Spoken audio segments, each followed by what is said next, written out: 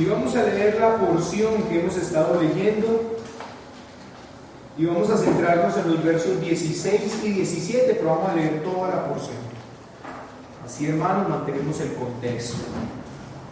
Dice así la palabra del Señor. Lean conmigo, hermano, tomen sus Biblias. Lean, por favor, participen del culto. Mirad que nadie os engañe por medio de filosofías y buenas sutilezas, según las tradiciones de los hombres, conforme a los rudimentos del mundo y no según Cristo. Porque en Él habita corporalmente toda la plenitud de la deidad, y vosotros estáis completos en Él, que es la cabeza de todo principado y potestad. En Él también fuisteis circuncidados con circuncisión no hecha a mano, al echar de vosotros el cuerpo pecaminoso carnal en la circuncisión de Cristo, sepultados con Él en el bautismo, en el cual fuisteis también resucitados con Él, mediante la fe en el poder de Dios que le levantó de los muertos. Y a vosotros, estando muertos en pecados y en la incircuncisión de vuestra carne, os dio vida juntamente con Él, perdonándoos todos los pecados, anulando el acta de los decretos que había contra nosotros, que nos era contraria, quitándola del medio y clavándola en la cruz, y despojando a los principados y a las potestades, los exhibió públicamente, triunfando sobre ellos en la cruz. Por tanto, nadie os juzgue en comida o en bebida o en cuanto a días de fiesta, luna nueva o días de reposo, todo lo cual es sombra de lo que ha de venir, pero el cuerpo es de Cristo. Nadie os prive de vuestro premio, afectando impunidad y culpa a los ángeles, entremetiéndose en lo que no ha visto, vanamente hinchado por su propia mente carnal, y no haciéndose de la cabeza, en virtud de quien todo el cuerpo, nutriéndose y uniéndose por las coyunturas y ligamentos, crece con el crecimiento que da Dios.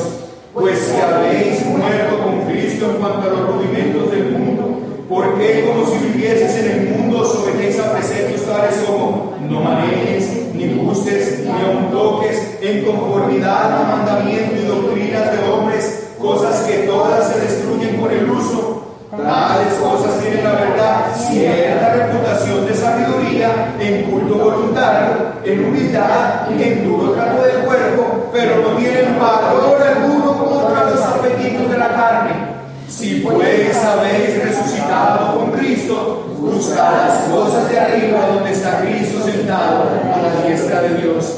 Poned la mira en las cosas de arriba, no las de la tierra, porque habéis muerto y vuestra vida está escondida con Cristo en Dios. Cuando Cristo, vuestra vida, se manifieste, entonces vosotros también seréis manifestados con Él. Hoy, hermanos, vamos a comenzar a mirar entonces de qué se trataba realmente la herejía de Colosas. Hoy vamos a entrar en ese tema. Y como podemos ver en esta lectura que acabamos de hacer, nos damos cuenta, queridos hermanos, que no era una sola cosa, sino que eran varios engaños que estaban siendo introducidos dentro de la iglesia. Y es menester nuestro, mis queridos hermanos, cuidarnos como iglesia y vigilar, porque recuerden que esto pretendía entrar dentro de la iglesia de una manera muy sigilosa. Así que usted y yo podemos ser presa de estos engaños, de estas herejías que quieren entrar dentro de la iglesia, que estaban entrando encubiertamente y sigilosamente dentro de la iglesia de Colosas. Lo primero, mis queridos hermanos, fue que se quería reemplazar a Cristo con un conocimiento filosófico elevado. La filosofía, con todo su conocimiento, querían imponerse en la iglesia de Cristo. Y como nos daremos cuenta hoy, mis queridos hermanos, una vez más, el problema no está en la práctica del conocimiento como tal, sino que el problema es que estas prácticas se estaban convirtiendo en una necesidad para la salvación o para perfeccionar la salvación, haciendo entonces que la obra de Cristo y el mismo Cristo no fuera lo que debería ser para la iglesia. En otras palabras, hermanos, voy a intentar explicarles bien esto. Lo que intento decirles es que el problema con todos los errores y todas estas herejías es que terminan convirtiéndose en indispensables para la vida cristiana, a tal punto incluso que la salvación cae en manos de estas prácticas. Y si lo analizamos más profundamente, el peligro de esto es que por medio de estas prácticas se opaca a Cristo y se opaca la obra de Cristo, que es lo único que realmente necesita el cristiano para su salvación y para su vida cristiana. Entonces, hermanos, intento decirles esto, para que usted por favor vaya haciéndose una idea mental. El problema con estas herejías que estaban entrando dentro de la iglesia de Colosas es que la iglesia corre el riesgo de poner todas estas prácticas, elevarlas al mismo nivel de la necesidad de Cristo o incluso más arriba, de tal manera que se hagan indispensables para la vida de la persona, para la salvación de la persona, poner en práctica este tipo de cosas. Sea esta que vamos a ver hoy, sea la filosofía y las huecas sutilezas de las que ya hemos venido hablando, y hoy particularmente vamos a hablar el tema del legalismo, el problema del legalismo, el peligro del legalismo. Hoy vamos a mirar, empezamos una nueva serie que se llama Los peligros a los que está sometida la iglesia, parte 1. El primero, el legalismo. De eso vamos a hablar hoy. Yo quiero, mi querido hermano, que usted abra bien sus oídos. Yo necesito que usted comprenda bien qué es el legalismo. Yo necesito que usted entienda bien qué habla la Biblia sobre el legalismo, para que usted pueda estar firmemente parado. Y esa palabrita que tanto suena hoy, y esa palabrita que tiene tantas connotaciones, usted aprenda qué es lo que dice la Biblia del legalismo, porque mi deseo como pastor hoy es enseñarte la verdad sobre esta palabra, sobre esta herejía, sobre esta falsa enseñanza, sobre esta doctrina del legalismo. Y está muy bien, hermanos, yo no tengo ningún temor de predicarles esto con toda la verdad. Y si hay entre nosotros legalismo, tiene que salir de esa iglesia. Nosotros tenemos que ser una iglesia bajo la verdad de la palabra del Señor, y no podemos tolerar absolutamente ninguna de estas herejías que se querían introducir dentro de la iglesia de Colosas. Entonces, voy a volver a decirle antes de empezar con el tema del legalismo, ¿cuál es el peligro de cualquiera de una de estas prácticas?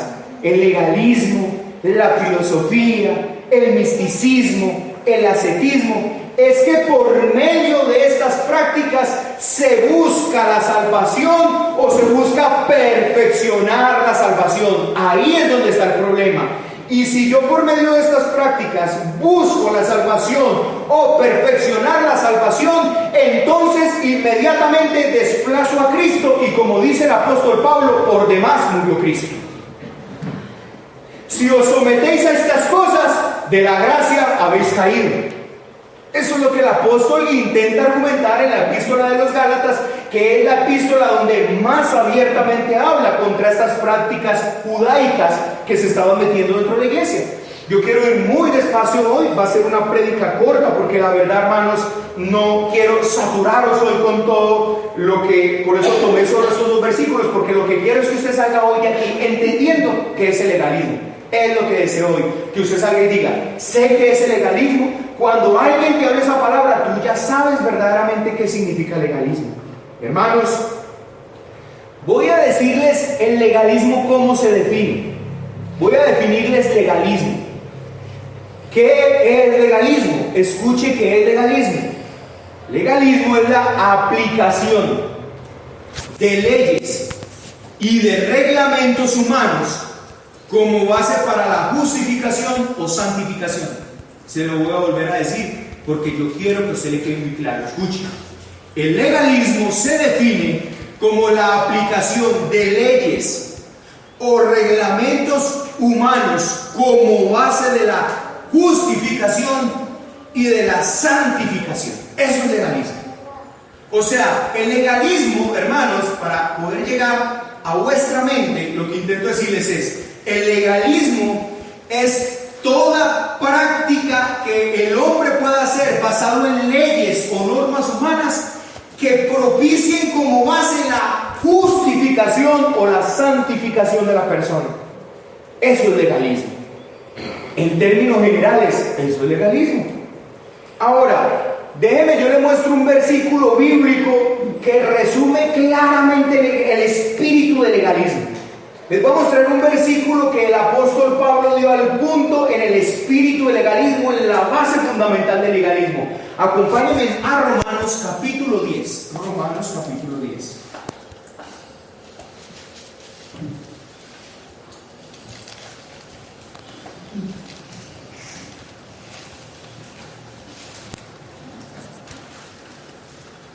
¿Lo tiene?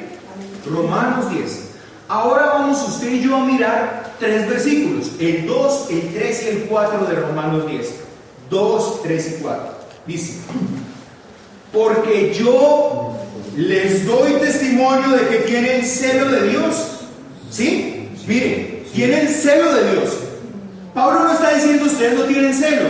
El problema es que el celo que ustedes tienen no es conforme al conocimiento, o sea, no es conforme a ciencia. Cuando aquí dice no es conforme a ciencia, no es conforme al conocimiento. Y miren lo que dice: porque ignorando la justicia de Dios. ¿Sí ves? No, el celo que ellos tienen no está basada en qué conocimiento. Pablo le está diciendo: ustedes no comprenden lo que significa la justicia de Dios.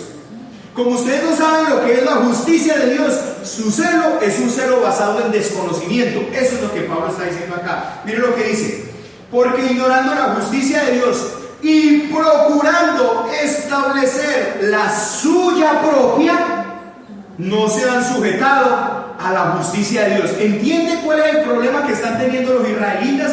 Los israelitas es que ellos quieren basar su justicia delante de Dios bajo las normas de ellos y no bajo la justicia de Dios. Ahí es donde radica el problema del legalismo.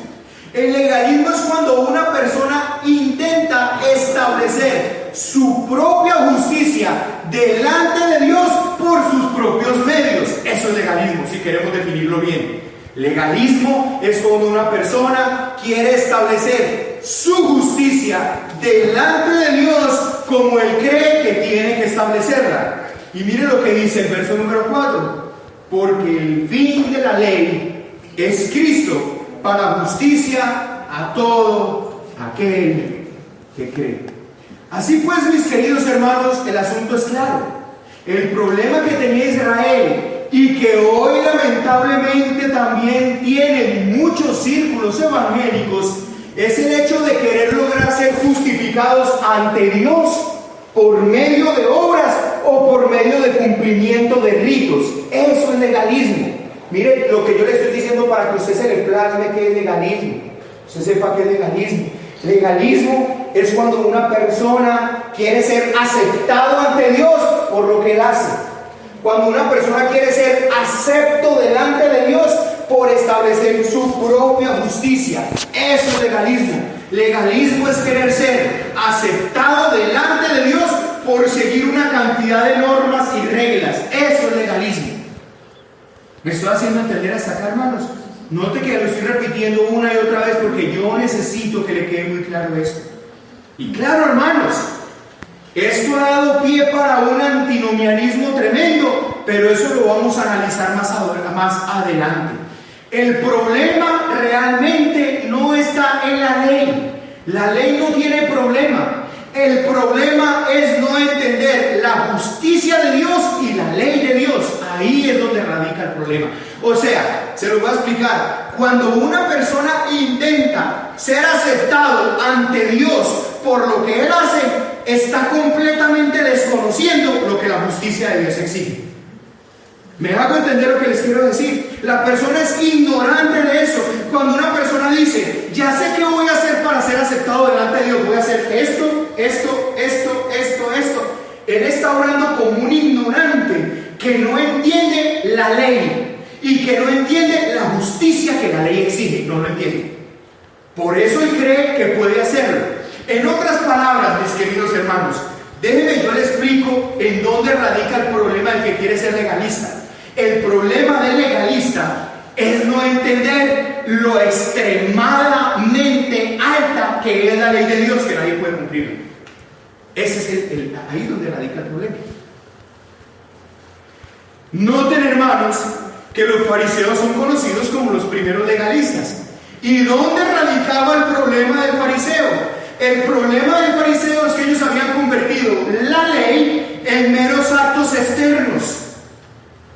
Claro, si nosotros cogemos la ley de Dios, el decálogo de Dios, los 10 mandamientos del Señor y los bajamos a actos externos, posiblemente seamos capaces de cumplirlo. Y note que estoy diciendo posiblemente. Pero el problema es no entender el estándar de la ley de Dios. La ley de Dios es el reflejo del carácter santo de Dios. Y si ustedes recuerdan, mis amados hermanos, cuando estudiamos los 10 mandamientos, vimos cada uno de ellos lo que implica. Y si nosotros somos honestos ante esa verdad, usted y yo nos damos cuenta que aún como cristianos siendo santificados, violamos esos 10 mandamientos constantemente. Constantemente. Yo escucho a muchos hermanos que todavía dicen: ay, Dios mío bendito. Toman el nombre de Dios en vano constantemente. Usted sí sabe que usted no tiene derecho a pronunciar el nombre de Dios si realmente no es consciente para qué lo está usando. Pero yo escucho: ay, Dios mío bendito. ¿Sabe qué es eso? La violación del tercer mandamiento. ¿Sabe que usted y yo, hermanos, por mucho gozo que aún tenemos de estar acá celebrando el cuarto mandamiento, viviéndolo como hermanos, tratando de cumplirlo, usted sí sabe que estamos lejos de vivir ese cuarto mandamiento como la Escritura dice que deberíamos vivirlo? Lejos estamos.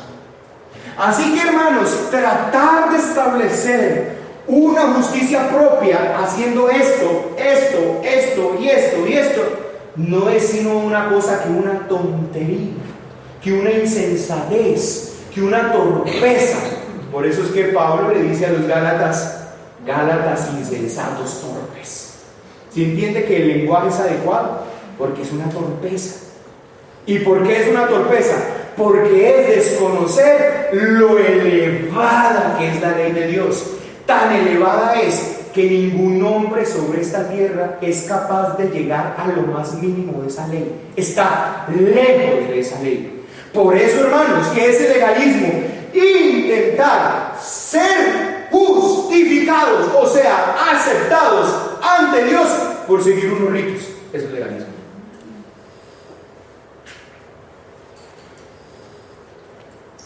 ¿Está Pablo en este versículo enseñando que Cristo anuló la ley?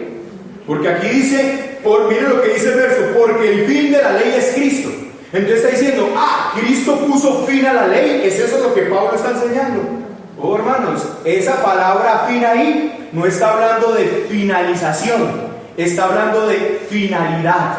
Y son dos cosas distintas. O sea, el propósito, la finalidad de la ley es Cristo. Qué interesante, ¿no? Qué interesante. Entonces está Pablo enseñando que Cristo anuló la ley. Si Pablo estuviera enseñando eso, Pablo sería un anticristo. Si Pablo está enseñando aquí que Cristo anuló la ley, Pablo sería el primer anticristo.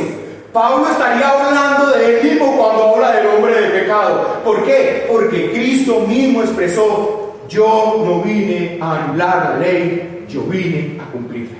Y ni una jota, ni una tilde, o sea, ni la letra más pequeñita de la ley pasará hasta que toda sea cumplida. Eso es lo que el Señor dice. Entonces Pablo no puede estar anulando la ley. Hermanos, entonces, ¿qué es lo que Pablo está enseñando? Lo que Pablo está enseñando es que la justicia de Cristo, ser justificados por Cristo, ser perdonados por Cristo, ser aceptados por Dios por medio de Cristo, ese es el propósito de la ley, esa es la finalidad de la ley. En otras palabras, hermano, aquí se está cumpliendo lo que hemos expresado teológicamente. ¿Cuál es el propósito de la ley? El propósito de la ley tiene triple finalidad, y una de las finalidades de la ley es, como un buen ayo, como un buen tutor, llevar al pecador hacia Cristo para que sea justificado.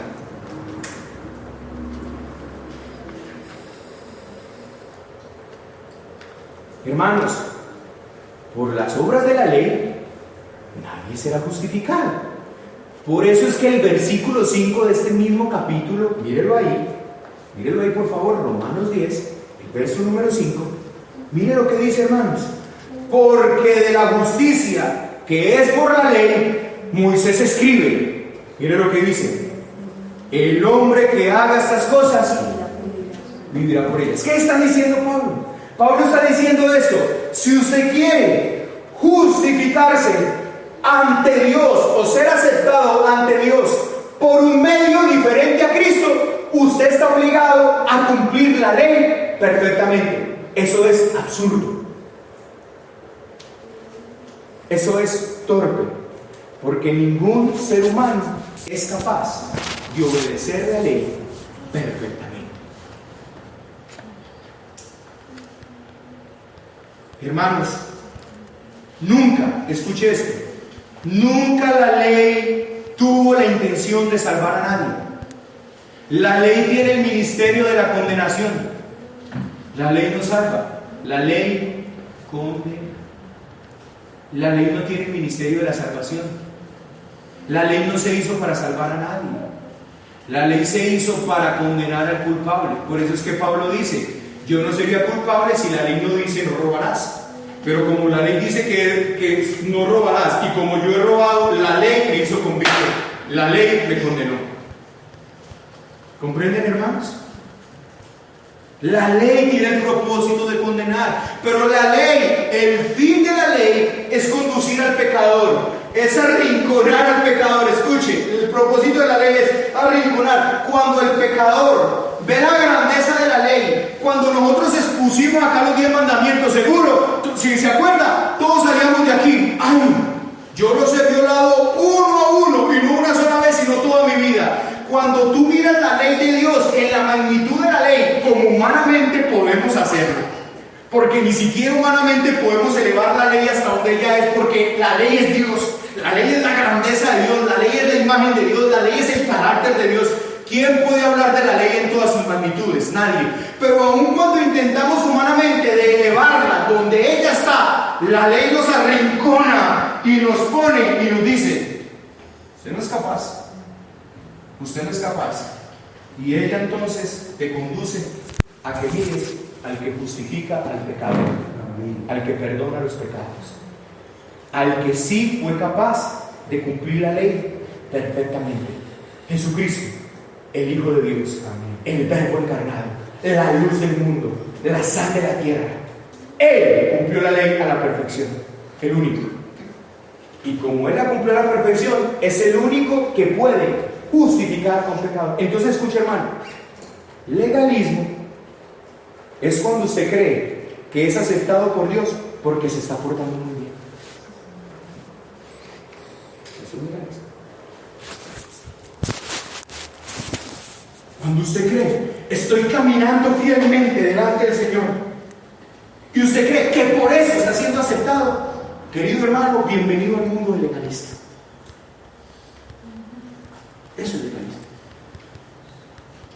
Así pues, hermanos, el legalismo sigue modas al transcurrir el tiempo. En el primer siglo, yo les voy a decir cómo se manifestaba el legalismo. En el primer siglo, hermanos, el énfasis de los legalistas estaba basado en comidas, en observación de fiestas religiosas, y por eso es que Pablo tiene que tratar muchas veces estos temas con respecto a preguntas que la iglesia le hacía. Por ejemplo, Primera de Corintios capítulo 8, Primera de Corintios capítulo 9, Romanos capítulo 14. ¿Por qué, hermanos? Porque recuerden una cosa, y aquí viene el problema del primer siglo. ¿Cuál era el problema de la iglesia naciente? El problema de la iglesia naciente, hermanos, es que la iglesia nace de una nacionalidad judía. Al principio, hermanos, los que conforman la iglesia de Cristo eran judíos. La iglesia nace en Jerusalén. La primera iglesia que nosotros conocemos en la tierra, la primera iglesia local, era la iglesia de Jerusalén, conformada por los apóstoles y por aquellos que estaban en el aposento alto. ¿Quiénes eran los que estaban en el aposento alto cuando el Espíritu Santo vino? Judíos que estaban esperando la promesa. Entonces, al principio de la iglesia, la comunidad de la iglesia era meramente judía. ¿Qué pasa? Cuando la iglesia se empieza a esparcir por medio de la predicación del evangelio, entonces empiezan a incorporarse los gentiles, y allí es donde empieza a haber el problema. ¿Por qué? Porque los judíos quieren hacer que los gentiles que están viniendo a la iglesia cumplan las prácticas y los ritos que los judíos cumplen. Ese fue el problema, hermanos, en el que Pablo se enfrentó durante todo su ministerio terrenal. Esa fue la pelea que tuvo una vez con el apóstol Pedro, porque el apóstol Pedro se estaba comportando hipócritamente. Hermanos, el primer concilio de la iglesia, fue a causa de esa situación. Hechos capítulo 15, concilio de Jerusalén, que usted lo ve ahí, se reunieron para debatir el tema de qué iba a pasar con aquellos que no eran judíos pero que estaban llegando a la iglesia. Ese fue el problema de Hechos 15. Noten, hermanos, que les estoy hablando todo este historial bíblico para que usted se haga una idea correcta de qué es el legalismo. En ese entonces, hermanos, el Consejo de Jerusalén, los hermanos en Jerusalén, en Hechos capítulo 15, mandaron carta a todas las iglesias gentiles diciéndole que ellos no tenían que convertirse al judaísmo. Noten una cosa, hermanos, los judíos no abandonaron sus prácticas. Los judíos siguieron conservando sus fiestas, todo, ellos siguieron haciendo. Incluso el apóstol Pablo circuncidó a Timoteo para no tener problema con los judíos. El problema, hermanos, no era que los judíos siguieran con sus fiestas. El problema era que el judío quisiera imponerle esa fiesta al gentil. Ese era el problema. Pero los judíos no abandonaron sus fiestas, hermanos. Ellos como judíos siguieron respetando su cultura. Ellos como judíos seguían celebrando sus fiestas. Sus fiestas, como el apóstol Pablo dice aquí. Cuando usted nota Colosenses capítulo 2, versículos 16 y 17, está hablando de las fiestas anuales, mensuales y semanales. ¿Y sabe qué estaba pasando? ¿Sabe cuál era el problema? Que estaba pasando en la iglesia de Colosas, que era una iglesia gentil, o sea, que era una iglesia que en su mayoría estaba conformada por miembros que no eran judíos, sino que eran griegos, sino que eran de otras naciones.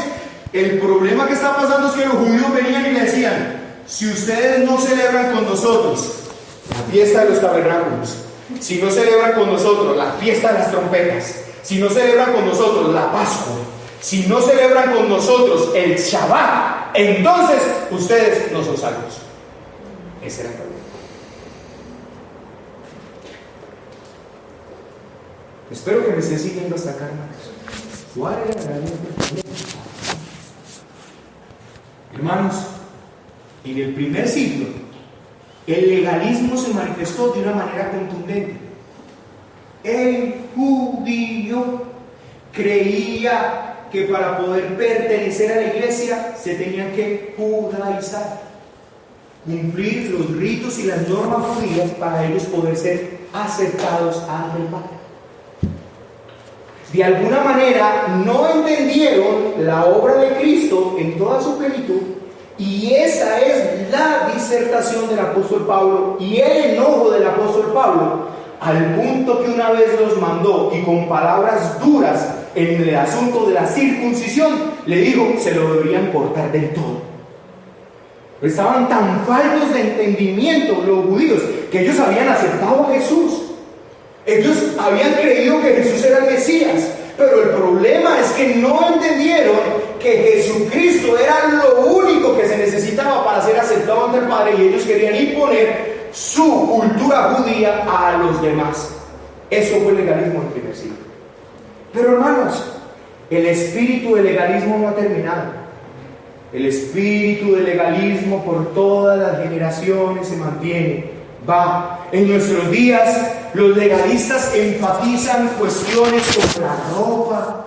Algunos ejemplos de legalismo entre el cristiano son: es pecado que la mujer lleve aretes, no debe llevar pantalones femeninos, no debe cortarse el cabello, ni el hombre ni la mujer pueden llevar joyas de oro, no hay que comer marrano, y otra cantidad. Y eso que nosotros estamos viendo, y otra cantidad, y eso que nosotros estamos viendo, hermanos, es usual verlo en ciertas comunidades donde las personas tienen unas normas estrictas impuestas por las autoridades de la iglesia, y si no viven de esa manera, entonces no son salvos. Entonces noten, mis queridos hermanos, que es volver nuevamente al primer siglo, al problema del legalismo, porque entonces escuche esto: la justificación y la salvación depende de si yo me he visto así, o me he visto así, o como así, o me pongo aretes o no me pongo aretes. De ahí está dependiendo la justificación ante Dios, y eso se llama legalismo. Pero aquí es donde viene otro asunto, hermanos. Pues quiero exponerlo abiertamente. Cantidades de personas, amparándose en que no somos legalistas, han abierto la puerta de la mundanalidad de par en par a la iglesia. Ese es el otro problema que tenemos, y vamos a tocar los dos, porque como ustedes bien lo van a ver, Pablo va a tocar los dos asuntos acá. El asunto no es simplemente analizar el legalismo, el asunto también es mirar, hermanos, cómo por un temor al legalismo, cómo por una aversión al legalismo, se abre la puerta de la mundanalidad. Entonces, hermanos, escuchen, la base psicológica para el legalismo es una combinación peligrosa de la ignorancia con el orgullo espiritual. Ojo, la base en última del legalismo es una ignorancia acompañada de orgullo espiritual. ¿Por qué ignorancia? Porque volvemos a lo mismo: no se entiende lo que la justicia de Dios exige. Querido hermano, la justicia de Dios exige, como vimos hace 8 días, perfección. ¿Recuerda? Ustedes serán perfectos porque vuestro Dios es perfecto. Amados hermanos, escúchenme una cosa: el problema que usted tiene con el Señor no es que usted diga una mentirita. El problema que usted tiene con el Señor es que no es perfecto. Ese es el problema. A toda persona que esté ante el tribunal de Dios sin Cristo como su sustituto, lo único que se le va a decir: ¿eres perfecto? ¿Fuiste perfecto? No más. Es la única pregunta. ¿Lo fuiste o no? No, no lo fui. No hay más nada que hablar ya. ¿Por qué, hermanos? Escuchen eso. Escuchen, por favor. Escuchen. Voy a predicar del Evangelio un momento. Cuando Dios nos creó en el jardín del Edén, imprimió su imagen solo sobre nosotros. Miren, es tremendo, hermanos, que los animales, que la creación, que todo le da la gloria a Dios, y ellos no fueron creados a imagen de Dios. Solo usted y yo fuimos creados a imagen de Dios. Cuando Dios te creó a ti y me creó a mí a imagen de Dios, la orden fue esta: yo te he creado a mi imagen, sé perfecto delante de mí. Hermanos, escuche una cosa: había una sola cosa en la que el hombre podía fallar. Había un árbol, y como les expliqué a los hermanos, a los amigos de Sevilla esta semana que fui, dígame qué dice ese árbol. Y sabe que uno me respondió bien. Uno dijo: ese árbol significaba que a Adán no se le podía olvidar quién era Dios. Uy, sí. Ese árbol, ¿sabe qué simbolizaba ese árbol? Adán, yo te he dado gobierno sobre toda la creación. Tú vas a gobernarla. Tú tienes incluso autoridad sobre los animales. Todos te van a obedecer. Tú vas a hacer imágenes mías en toda esta tierra. Tú vas a llenar la tierra de imágenes mías. Pero no se le olvide una cosa: usted es creado, yo soy el creador. Usted es un ser creado, yo soy el que mando. No era yo olvidar eso. Por favor, no se le olvide eso nunca. Y cada que Adán veía ese árbol, se acordaba: el Señor es el que manda. Él es la autoridad. Él es el gobernador. Él es el regente. Él es Dios. Por eso, hermanos, es que el engaño de la serpiente es: cuando ustedes coman de ese árbol, serán como Dios. No se aguantaron. Ese es el pecado.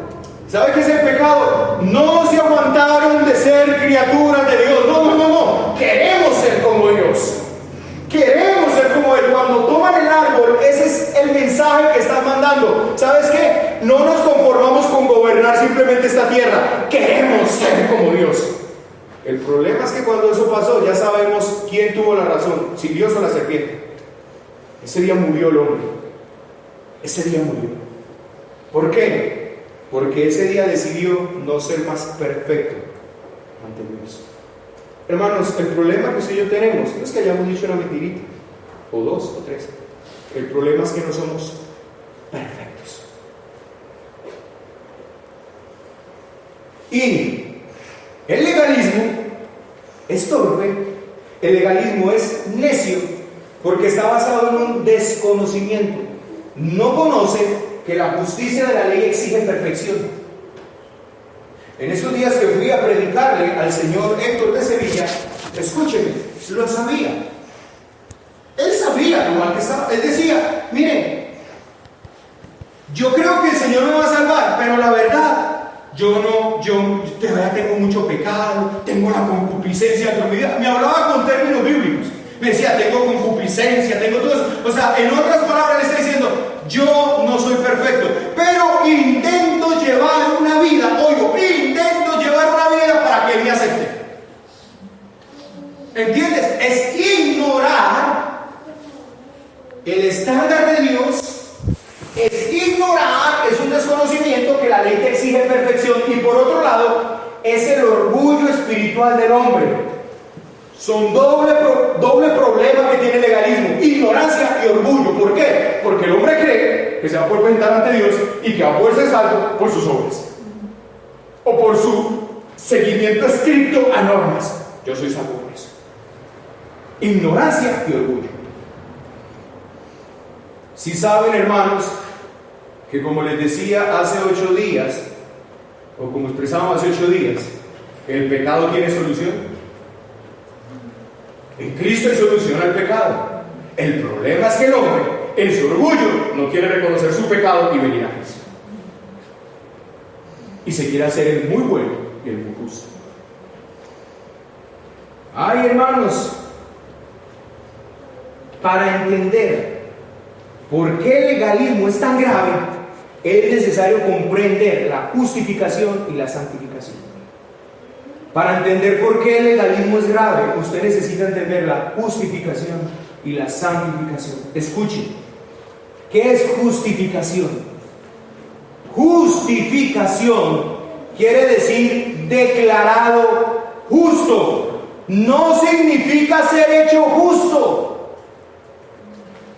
Hermano, cuando Dios te declara justo por la justificación, es una declaración. Te declaramos justo. No estoy diciendo lo hago justo, estoy diciendo lo declaro justo, y son dos cosas muy distintas.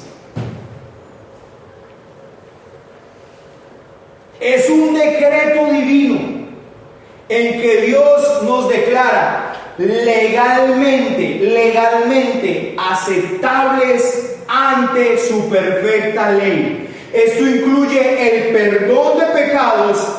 No solamente el perdón de pecados. Usted no es declarado justo simplemente porque Dios le perdonó los pecados. Usted es declarado justo porque su mal fue quitado y toda la vida justa de Cristo se te fue imputada.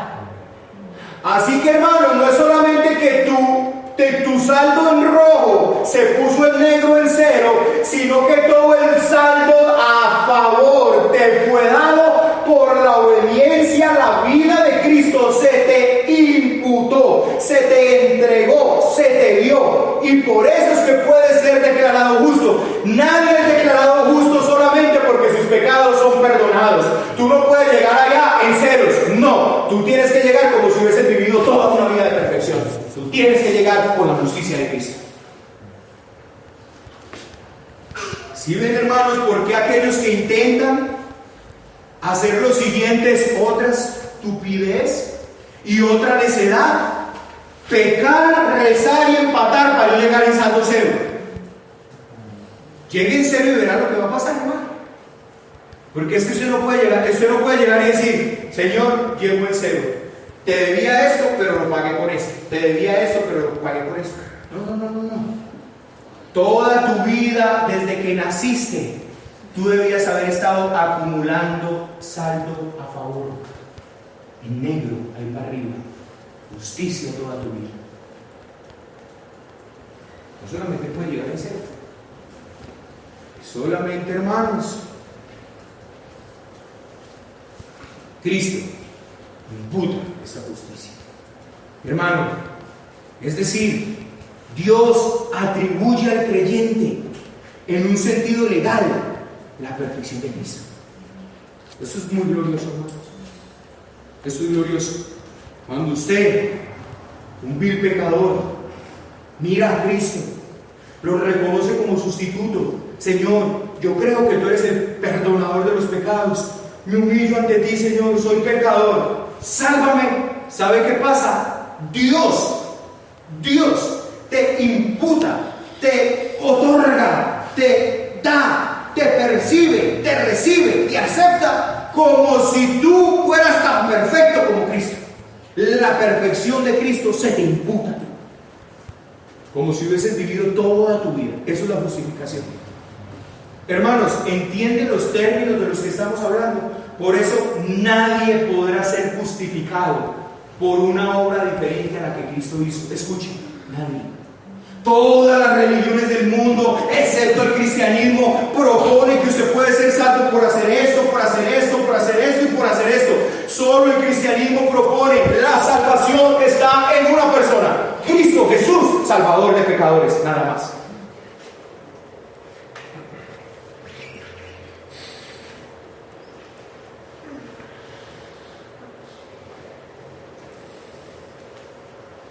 Como usted puede notar, hermanos, los domingos pasados, lo único que el apóstol Pablo ha hecho en los versículos anteriores es mostrar la obra de la justificación en la vida del pecador. Hermanos, la santificación, en cambio, entonces dijimos que para poder entender la gravedad del legalismo teníamos que entender la justificación. Ahora metámonos en la santificación. Entonces, voy a tratar de resumir. Hermanos, justificación es ser declarado justo por Dios. O sea, Dios dice, les acepto. ¿Pero por qué les acepta? ¿Por algo que ellos hayan hecho? No, por lo que Cristo hizo a favor de esos pecadores que vinieron en arrepentimiento y fe a Cristo. Por eso son aceptados ante Dios. No son aceptados por nada que ellos hayan hecho. Ahora, la santificación es un proceso y significa ser hecho santo. Eso significa la santificación, ser hecho santo. En otras palabras, hermanos, escuchen, la obra del Espíritu dentro de cada creyente es hacer esto, que la persona que ha sido declarada justa se acomode a sus estándares de justicia. Eso es la santificación. ¿Qué es la santificación? Es la obra del Espíritu Santo que va a llevar a cada persona a conformarse a los estándares de justicia a los que acaba de ser declarado justo. ¿Comprenden, hermanos? La justificación no es hacerlo justo. La santificación es conformar al nuevo creyente a los estándares de esa justicia. Esa es la obra que el Espíritu Santo está haciendo en todo genuino creyente. Escuche, la obra del Espíritu en todo genuino creyente es a que eso que se le imputó, a que eso que se le dio a él, se haga realidad en su vida. Esa es la obra del Espíritu.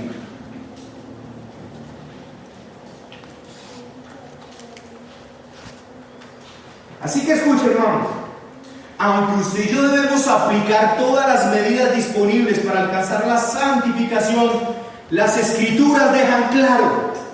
Y aquí hay otro problema entonces con el legalismo. Ya vimos el legalismo de la justificación.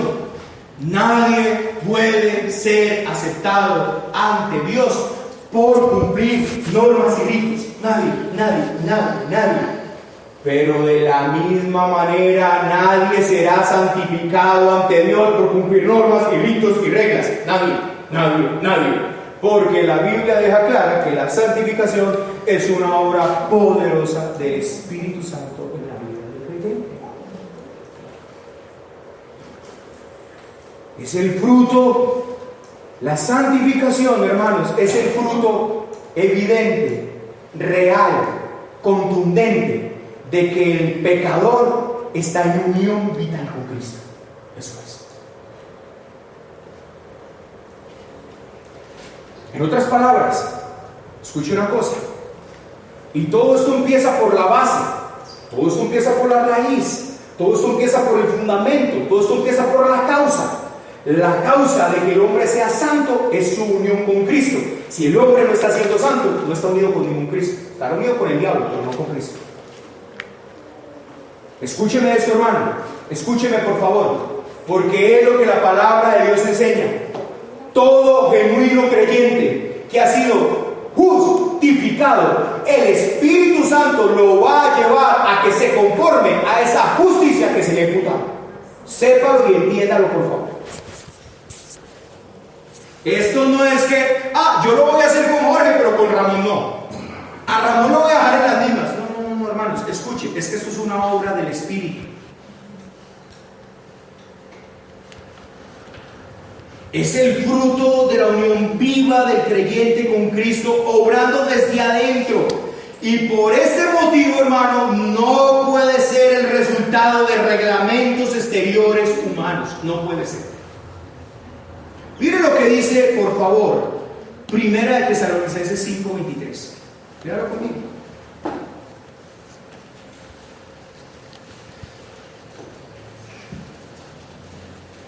Aquí vamos a desenmascarar ese espíritu.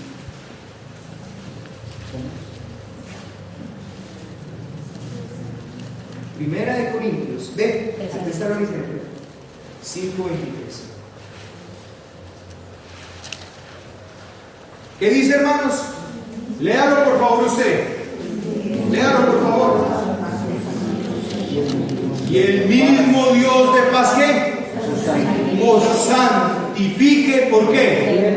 Por completo. Pero lea conmigo Hebreos 13. Hebreos 13, por favor. Hebreos 13.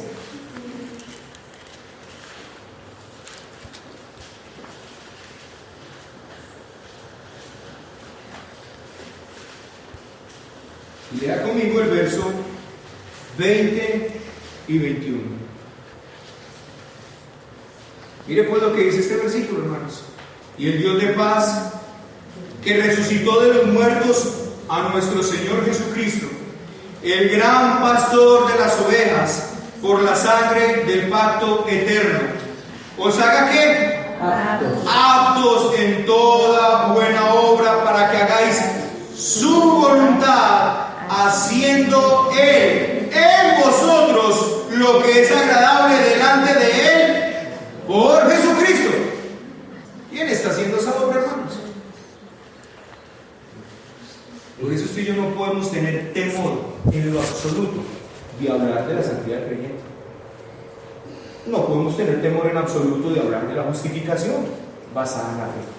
Pero no podemos tener temor absoluto de hablar que todo aquel que ha sido justificado está siendo santificado, sí o sí. Y si no está siendo santificado, olvídese que no es justificación. Hermanos, los Gálatas habían caído en el error del legalismo. Estaban formando una especie de iglesia anticristiana, diciendo que Cristo o que el cristiano tenía que perfeccionarse por las obras de la ley después de haber sido aceptado por Cristo. Es decir, no entendieron que la justificación era totalmente por la fe, ni tampoco que la santificación es una obra divina en el interior y no una obra humana de reglamentos externos. Entonces usted estará preguntando, ¿y entonces por qué no hacemos esto, no hacemos aquello, no hacemos esto, por qué no podemos hacer esto? Bueno, hermanos, tal vez le demos respuesta a esa pregunta. Así que, hermanos, Notemos el engaño tremendo del legalismo y lo vamos a hacer desde la siguiente premisa. Estar muerto con Cristo.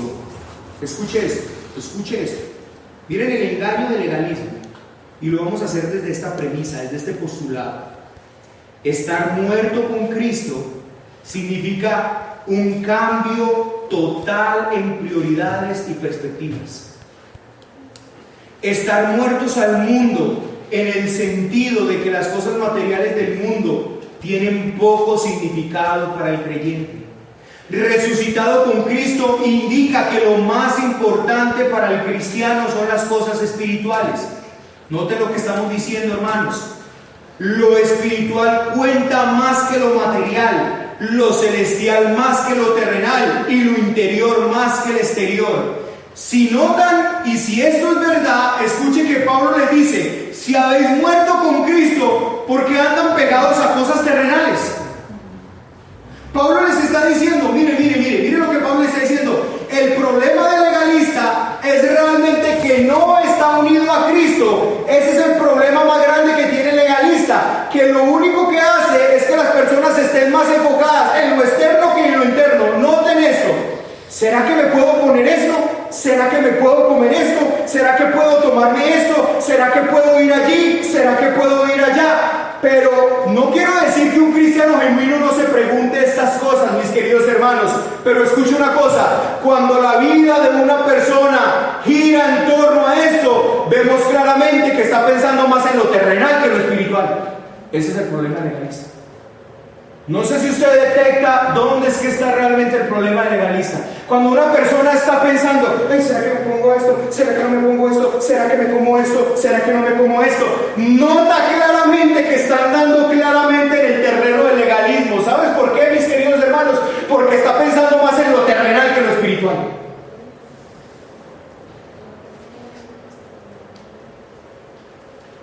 Hermanos,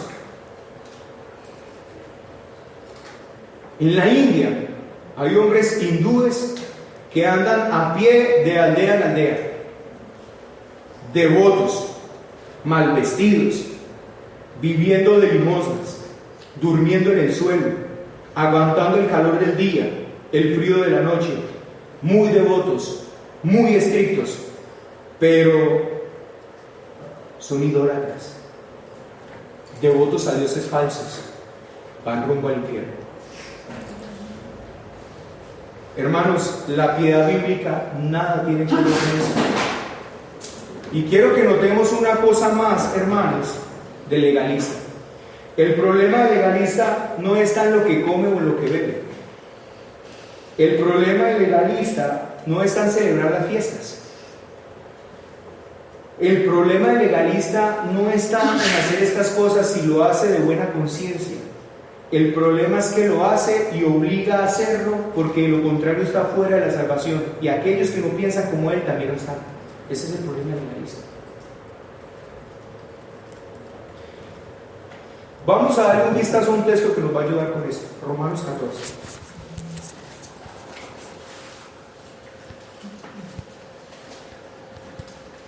Vamos a mirar Pablo, ¿qué habla con respecto a esto en Romanos 14? Tranquilo que usted puede tener en este momentico inquietudes, y entonces ¿cómo yo vivo? Y entonces si yo me preocupo por lo que he visto está mal, y si me preocupo por lo que como está mal. Tranquilo que ya vamos a llegar allá, no se preocupe.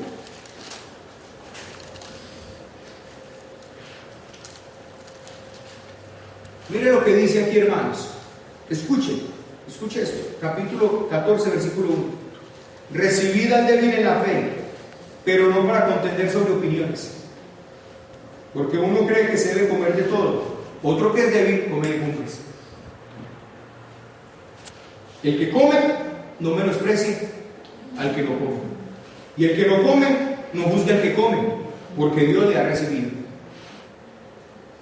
¿Tú quién eres para juzgar al criado ajeno? Para su propio Señor está en pie o cae, pero estará firme porque es poderoso el Señor para hacerle estar firme. Uno hace diferencia entre día y día. Otro juzga iguales todos los días. Cada uno está plenamente convencido en su propia mente. Miren lo que el apóstol está apuntando acá, hermanos. El que hace caso del día, lo hace para el Señor, y el que no hace caso del día, para el Señor no lo hace. El que come para el Señor come, porque da gracias a Dios, y el que no come para el Señor no come y da gracias a Dios. Porque de ninguno de nosotros vive para sí y ninguno muere para sí. Porque si vivimos para el Señor vivimos, y si morimos para el Señor morimos. Así sea pues que vivamos o que muramos, del Señor somos. Ahora, ¿qué es lo que Pablo está, a quién está hablando? ¿Quiénes son los débiles en la fe acá? ¿Sabe quiénes son los débiles en la fe? ¿Sabe quiénes son los débiles en la fe acá? Los judíos legalistas.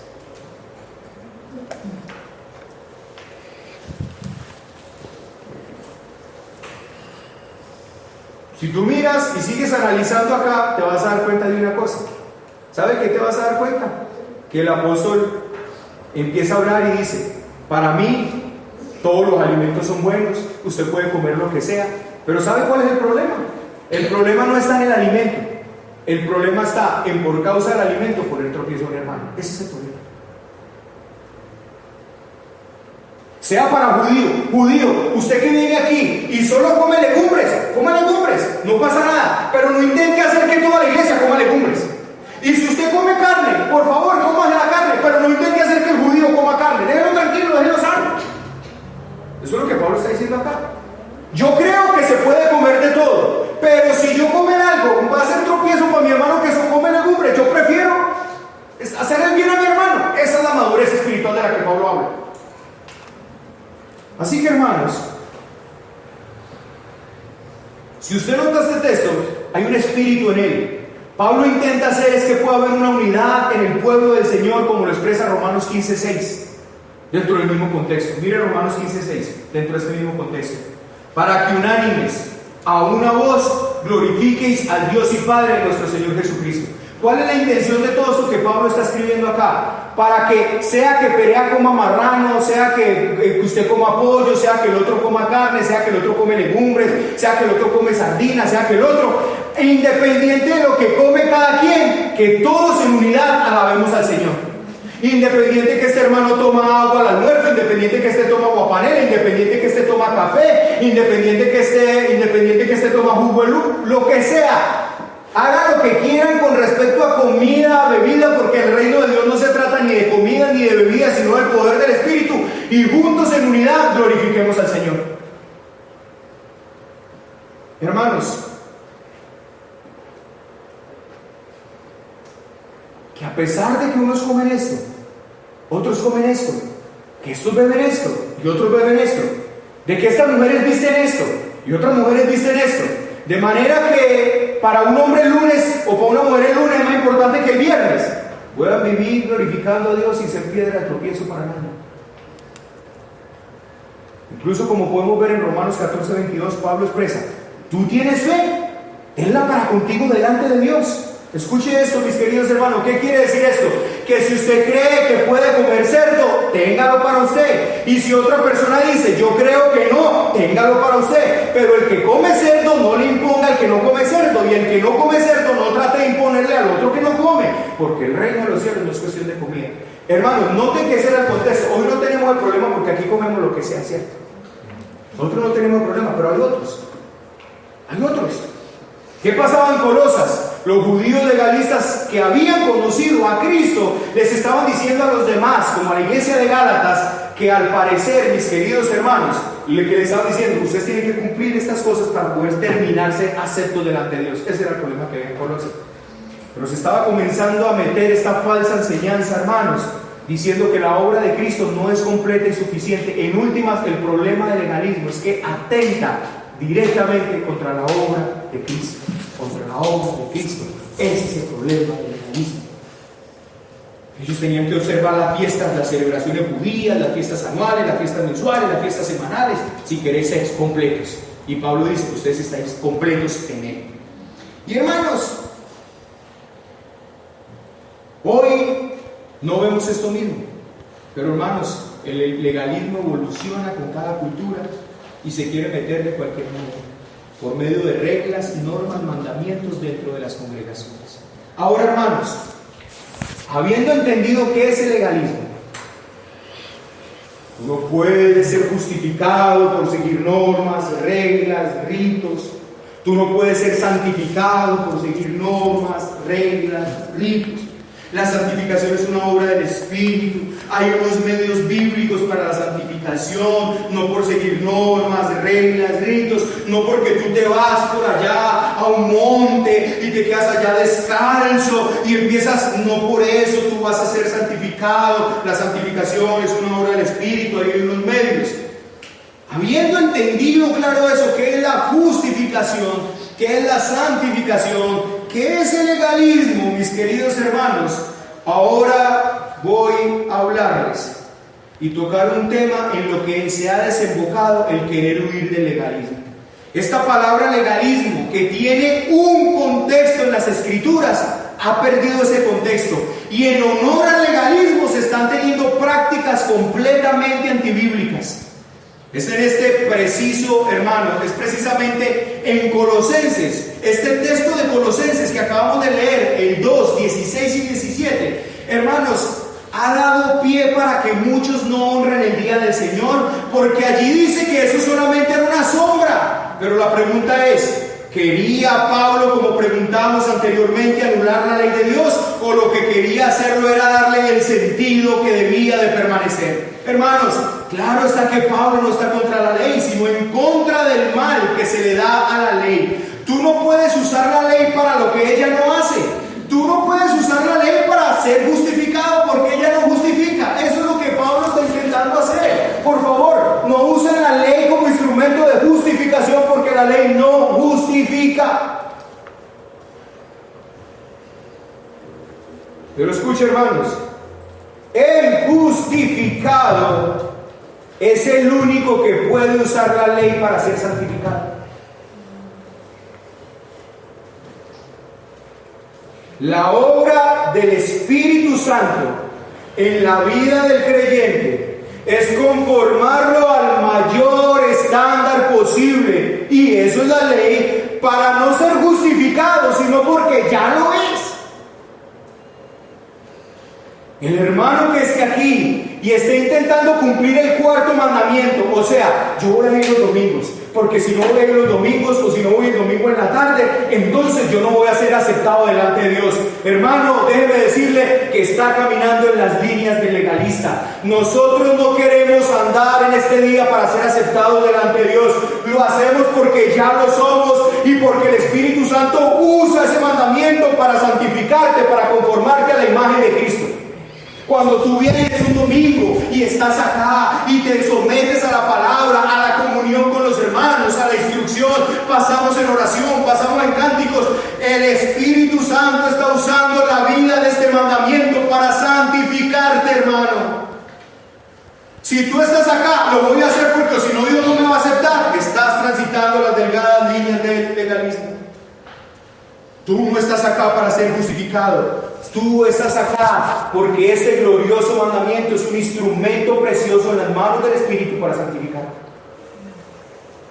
Nosotros, hermanos, entendemos eso.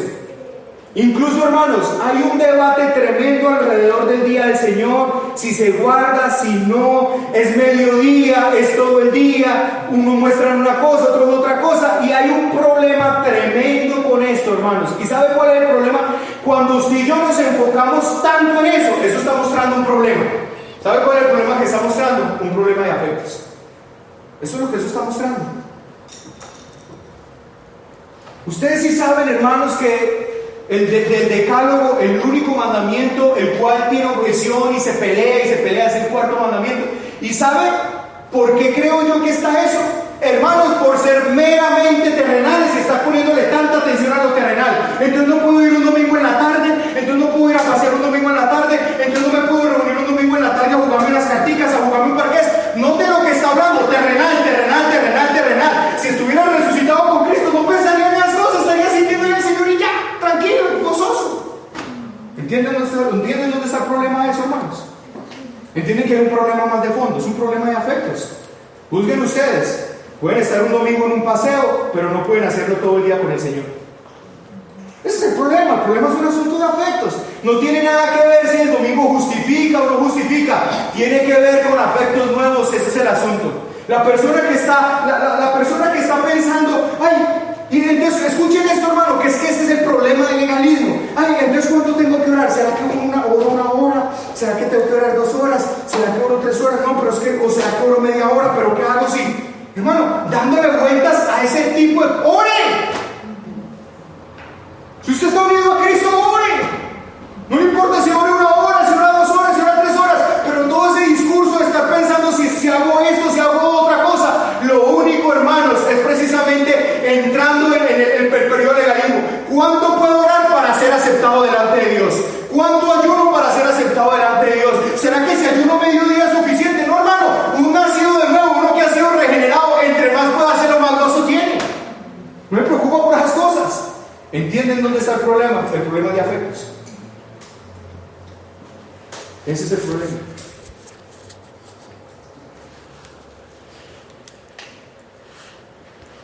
Si tú crees que por la forma como vistes, y por ello digo que íbamos a llegar a todas esas cosas, eres más santo, estás caminando en el legalismo.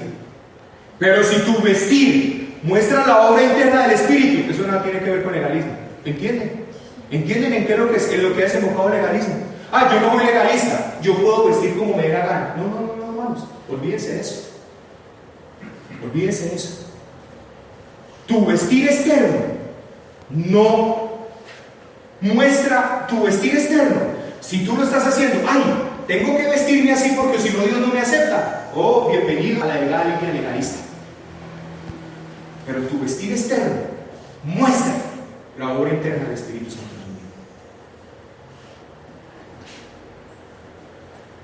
Y entonces, por eso lo tildan a uno de legalista.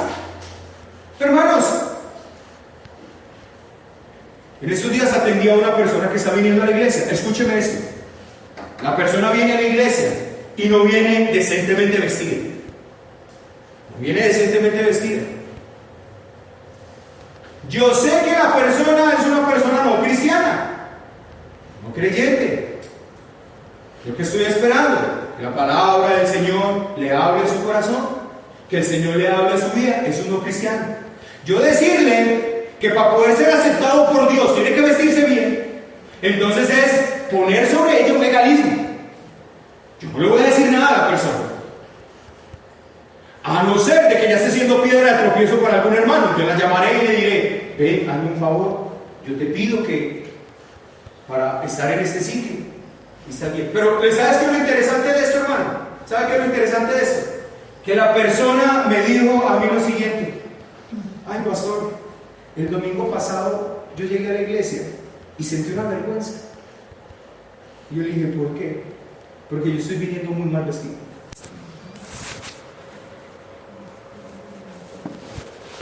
Oh, gloria al Señor. Gloria al Señor. Y me iba a devolver, porque me vi tan mal vestido que me iba a devolver. Pero no, me quise quedar a escuchar la palabra.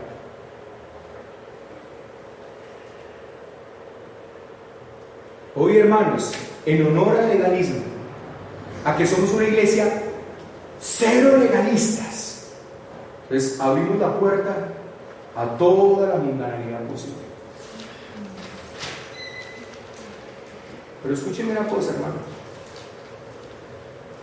Aquí hay personas que han profesado ser justificadas. Y si tú como persona has profesado ser justificado, entonces usted como persona tiene que ser consciente que Dios hace una obra de santificación en todos los justificados. Y que si usted no está mostrando esa obra de santificación, lo mejor que puede pasar con usted es que los hermanos vengan y le digan: lo que usted está haciendo no está bien. Y eso nada tiene que ver con el legalismo, hermanos. Nada tiene que ver. Si antes de conocer a Cristo eras un glotón y la comida era tu Dios, no creas que porque vas a comer más medido o ya no eres un glotón, vas a ser aceptado por Dios.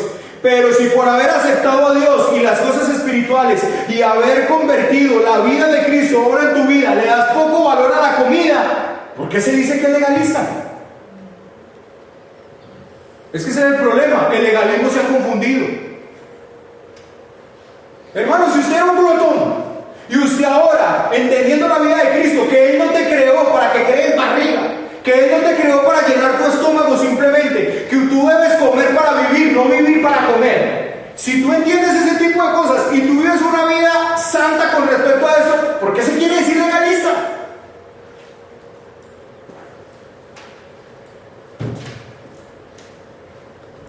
Si a mí me preguntan si tomarse una cerveza es pecado, yo le respondo, tomarse una cerveza no es pecado.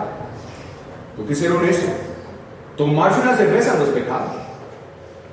Pero hacer caer a otro por usted tomarse una cerveza, eso sí es pecado. Son dos cosas muy distintas, ¿no? Son dos cosas muy distintas. Entonces ahora la pregunta, entonces va a resultar lo siguiente. Entonces la persona me puede decir, entonces yo me puedo tomar una cerveza sin que nadie me vea y no estoy pecando. ¿Cierto que sí? Ah, bueno, muy bien. Si nadie te ve y tú te tomas la cerveza, no estás pecando, muy bien. La pregunta realmente es esta. La pregunta es esta. ¿Qué estás dispuesto a hacer para tomarte una cerveza? Ese es el punto. ¿Qué estás dispuesto a hacer para tomarte una cerveza? O sea, necesitas tanto una cerveza que eres capaz de hacer todo lo posible de tomártela sin que nadie te vea. Ese es el problema, hermanos. El problema radica en eso. Tomas una cerveza, no es malo, hermano. Tomas una cerveza, no es pecado. El problema es que la cerveza tiene una connotación seria entre nuestra cultura. El problema es que eso sirve para que mucha gente ha abandonado sus hogares. El problema es que mucha gente ha matado por eso. El problema es que muchos se han ido a la ruina con eso. El problema es que muchos han abandonado. El problema es que eso es causa de adulterio. Pero tú te quieres tomar una cerveza sin que nadie te vea para estar bien. Muy bien, hermano, pero la pregunta es, ¿qué estás dispuesto a hacer para tomarte una cerveza? Porque si nadie te ve, ¿en dónde la vas a comprar? Te la vas a tener que robar para que nadie te vea. Porque si tú vas al supermercado, tú vas a tener que pagarle a la cajera la cerveza, ella te está viendo. Es que estás dispuesto a hacer, robártela. Ah, bueno, roba pues para que te tomes una cerveza completamente tranquilo sin que nadie te vea. Si entiende, hermano, que el problema es que nos quieren hacer ver el legalismo de una perspectiva que no es. Hermano, el cristiano nacido de nuevo, el cristiano fiel y verdadero, como dice el himno, el cristiano que ha sido justificado y que está siendo santificado por el Espíritu Santo, no anda en esa delgada línea de la moral, diciendo qué puedo hacer y qué no puedo hacer, hasta dónde me puedo mover y dónde no me puedo mover, celebro todo el día, no celebro todo el día. No, él está entregado a las cosas de Cristo y ya.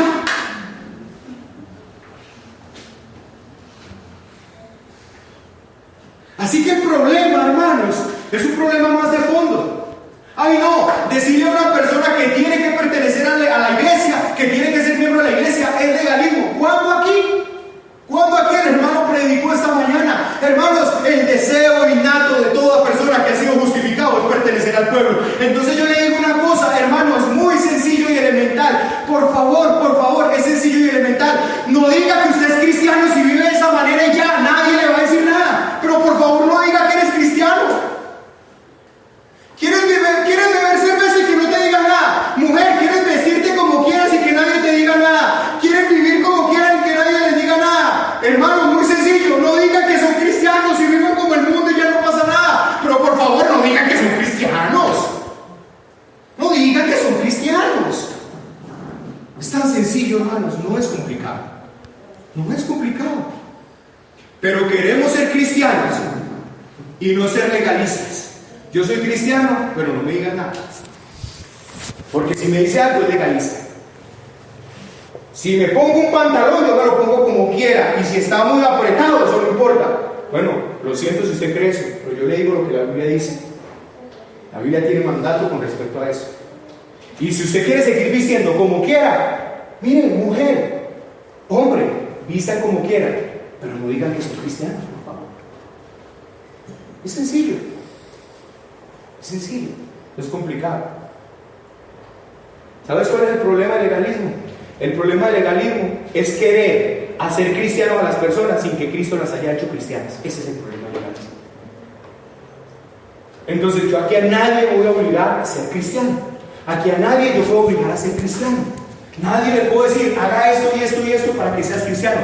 Pero si tú dices que eres cristiano, si tú estás dentro de una membresía de una iglesia, dijiste, yo soy cristiano, yo me someto, entonces por favor, tú tienes que someterte a lo que la palabra de Dios enseña y punto. Sencillo, no es complicado el asunto, no es complicado.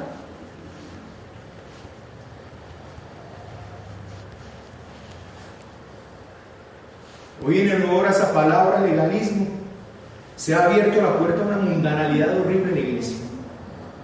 Yo me he visto como quiera, Yo me hago los tatuajes que quiera, yo como como quiera, yo bebo lo que quiera, porque yo soy libre de hacer lo que quiera. Y si me dicen algo, entonces yo les digo, legalistas. Y yo les respondo, usted es libre de ir al infierno como quiera. Sí, usted es libre de ir al infierno como quiera. Pero si tú crees que la libertad cristiana es hacer lo que quieras, estás engañado. Así de sencillo.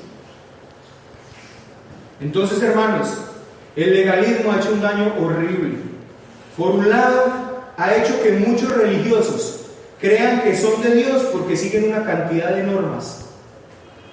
¿Sí notan el legalismo, el daño que el legalismo? Muchos creen que son de Dios porque hacen esto. Pero ha hecho otro daño horrible.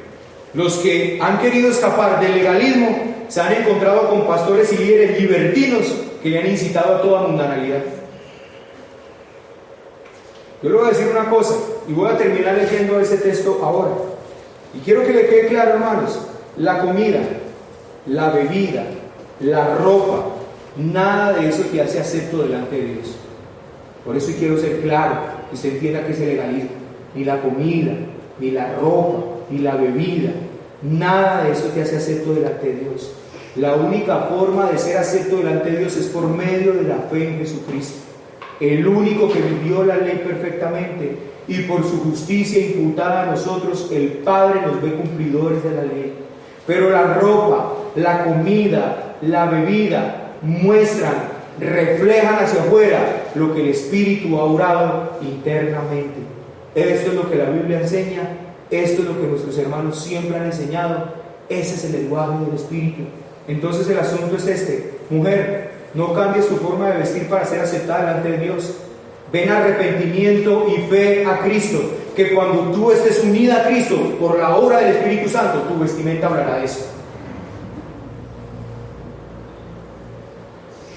¿Dejaré yo como pastor de predicar de que las mujeres vistan con decoro y modestia? ¿Dejaré de predicar que usted sea sabio para comer, que su vida no es un estómago? ¿Dejaré de predicar que tenga cuidado de que bebe, no seas culpable de hacer caer a otros? De ninguna manera. Dejaré de predicar y de enseñar que todo el que se dice ser cristiano, que dice que ha sido justificado, que está unido a Cristo por la fe y solo por la fe, deberá mostrar esto con una vida que se conforme a la piedad bíblica. Ya, es sencillo, hermanos, no es complicado. Es el libertinaje dentro de nuestro corazón que lo hace complicado. Es el as bajo la manga de nuestra carne, que ella quiere seguir viviendo como quiera, y cuando le dicen algo que atenta contra lo que ella quiere, saca el as bajo la manga, legalismo. No, olvídese, hermano. Y si creen que no es así, yo quiero terminar leyendo con ustedes Colosenses capítulo 3, y mire lo que Pablo hace allí. Colosenses 3, que lo vamos a estudiar en su momento, pero leyendo lo que Pablo dice allí.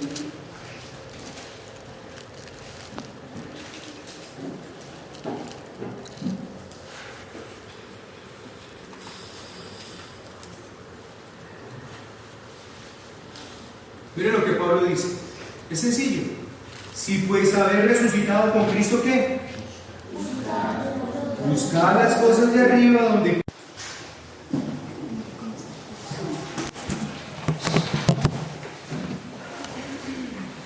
Buenos días, hermanos. Padre, guíanos esta mañana en este estudio sobre la iglesia, que podamos entender, comprender este párrafo número 6, y captando la enseñanza, la sustancia que este párrafo contiene, podamos vivir estas cosas. Enséñanos pues esta mañana, conforme a tu voluntad.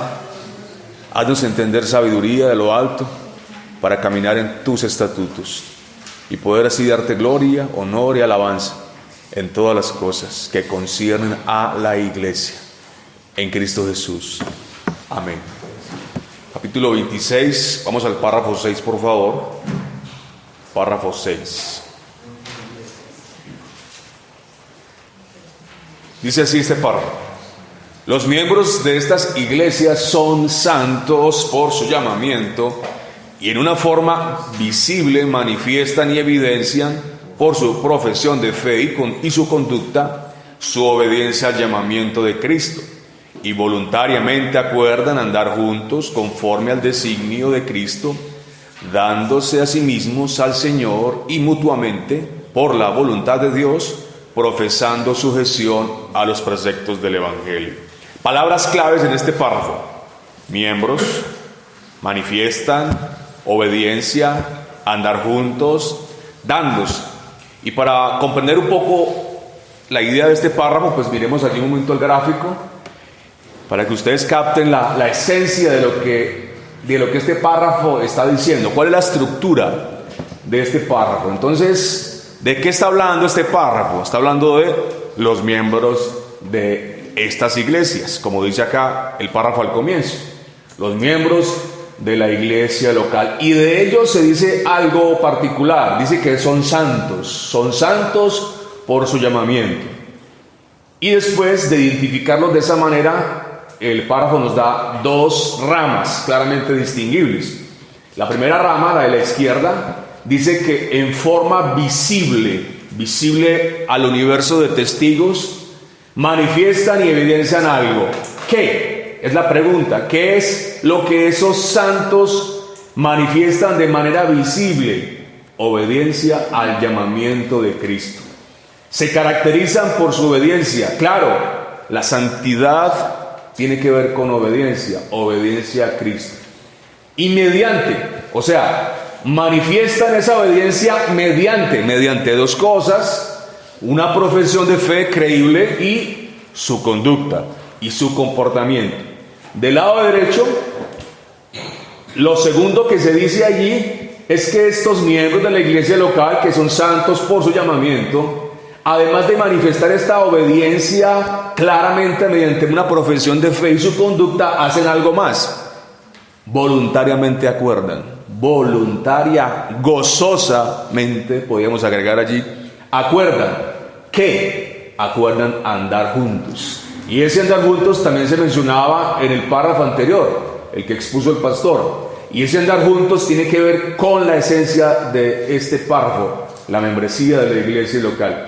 Y ese andar juntos lo hacen en sujeción, de tal manera que entonces ellos se dan a Cristo y se dan a sí mismos.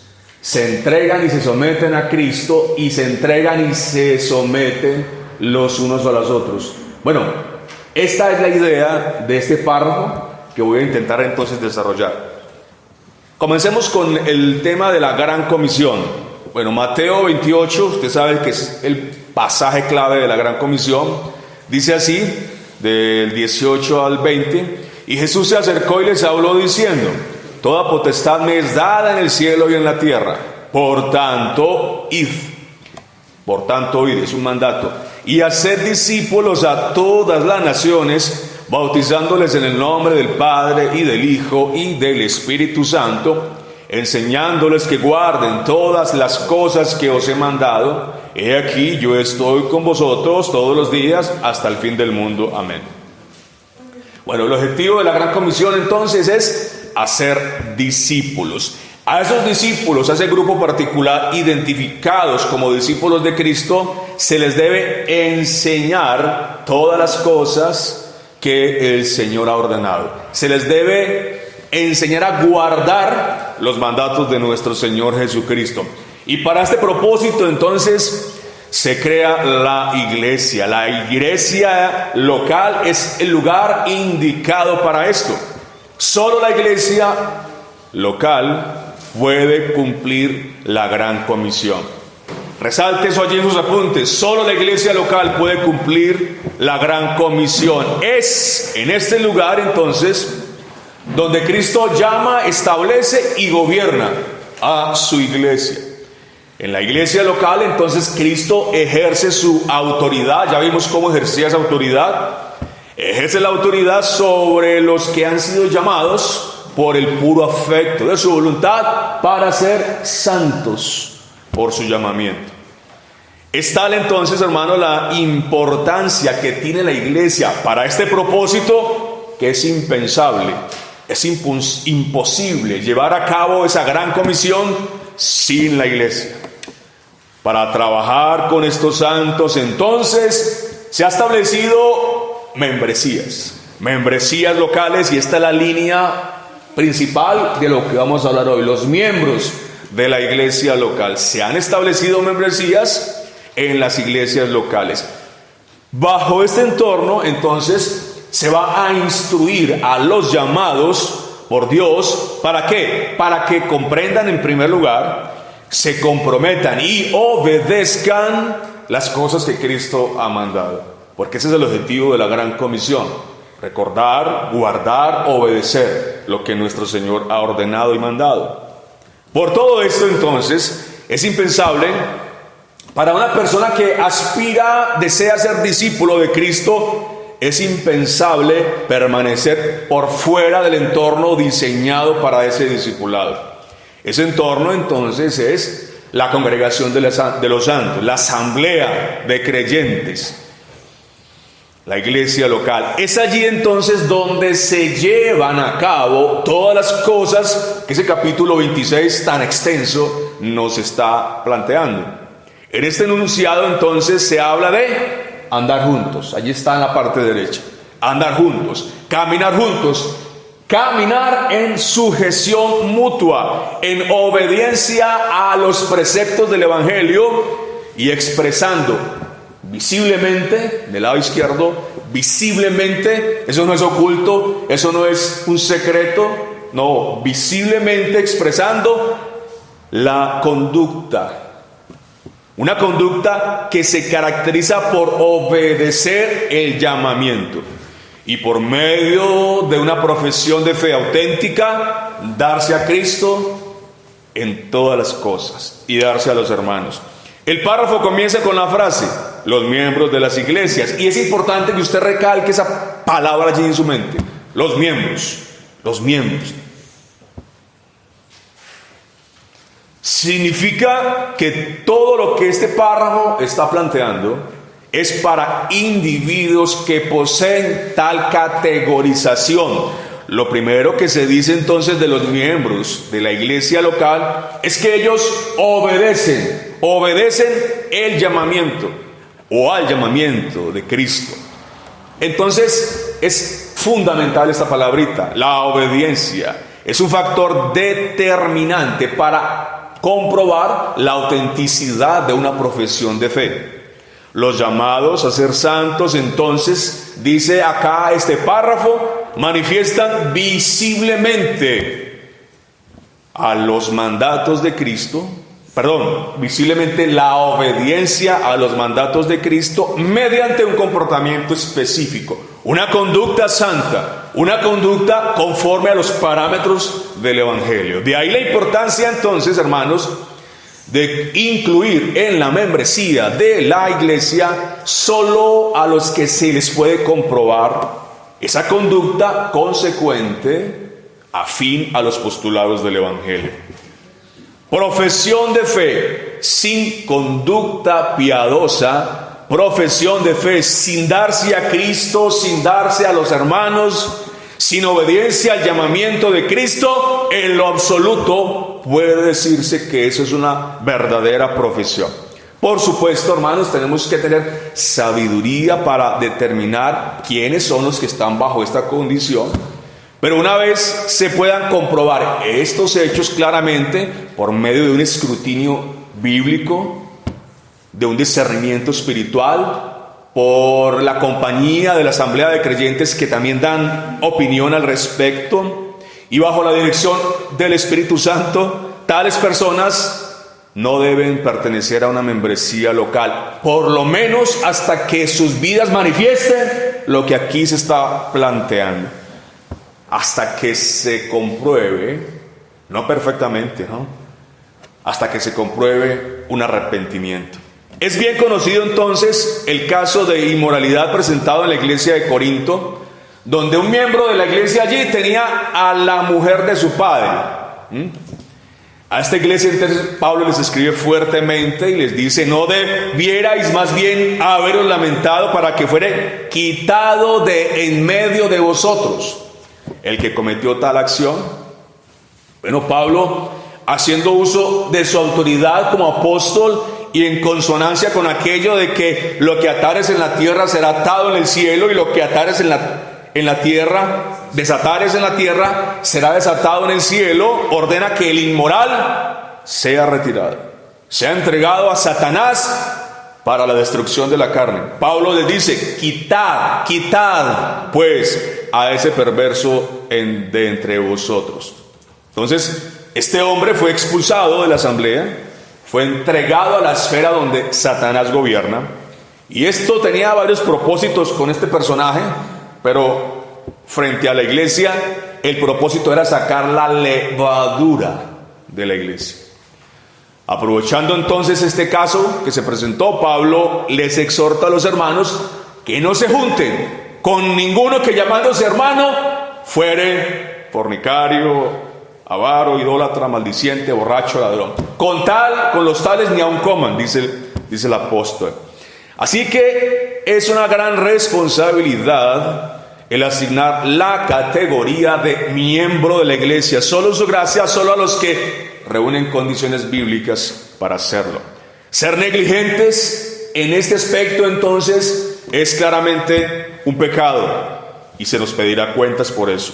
El acordar voluntariamente, como lo dice aquí en la parte derecha, acordar voluntariamente, estar con los hermanos, estar con la asamblea de creyentes, para darse en sujeción voluntaria a los preceptos del Evangelio, en una parte, la parte izquierda, y en la parte derecha, y por otro lado, la parte izquierda, el manifestar visiblemente la obediencia a Cristo. Todo esto constituye la clave, la esencia de lo que nos permite a nosotros identificar a los miembros de la iglesia. Estos dos aspectos, estos dos ejes nos permiten identificar quiénes son los miembros de la iglesia. Los que no estén dispuestos a caminar en sujeción respecto de la iglesia local y de lo que se está enseñando en este párrafo, no puede ser miembro. Hay una autoridad entonces delegada con la que nuestro Señor ha investido a su iglesia. Y partiendo de esta premisa, andar juntos es una acción que tiene connotaciones, implicaciones, que va a derivar a muchas cosas, y una de las más importantes que está planteada aquí: sujeción mutua. Debemos hacer entonces todo lo necesario.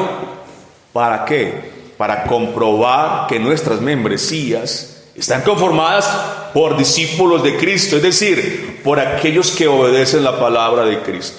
Hermanos, hay una obligación, y ojo a esta palabra, obligación, señálelo y resáltelo allí, para aquellos que se identifican con el discipulado, con los que dicen: yo soy discípulo de Cristo. ¿Cuál es esa obligación? Esa obligación es ser miembros de una iglesia.